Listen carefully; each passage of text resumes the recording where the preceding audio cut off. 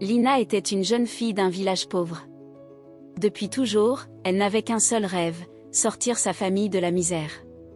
Ses parents s'étaient sacrifiés pour elle, travaillant jour et nuit, se privant de tout pour l'envoyer à l'école.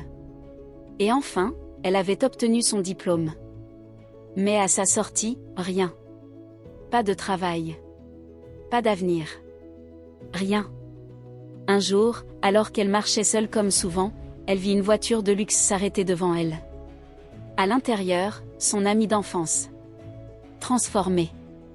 Riche. Puissante. Elle allait reprendre un verre. Lina demanda. « Comment t'as fait ?»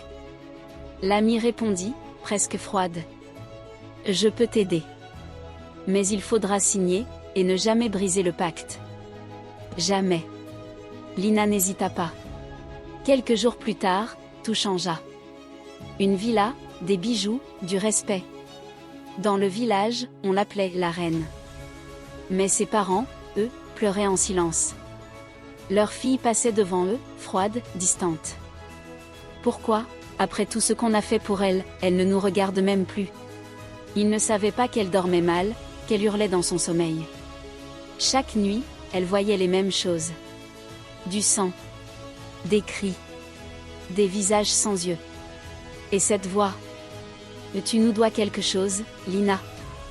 Jusqu'au jour où elle faillit à une seule règle du pacte. Une seule.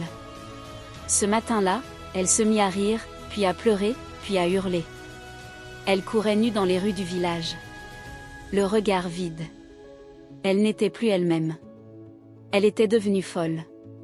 Ses parents sont sortis. Ils ont crié son nom. Ils l'ont serrée dans leurs bras. Mais elle ne les reconnaissait plus. Elle tremblait. Elle bavait. Elle répétait, « Ils me regardent, ils m'attendent. » Quelques jours plus tard, Lina est morte. Sans bruit. Seule. Ils ont tout donné pour qu'elle ait une belle vie. Mais elle a vendu son âme, pour une vie qui n'était pas la sienne. Certaines richesses brillent, mais brûlent ceux qui les touchent.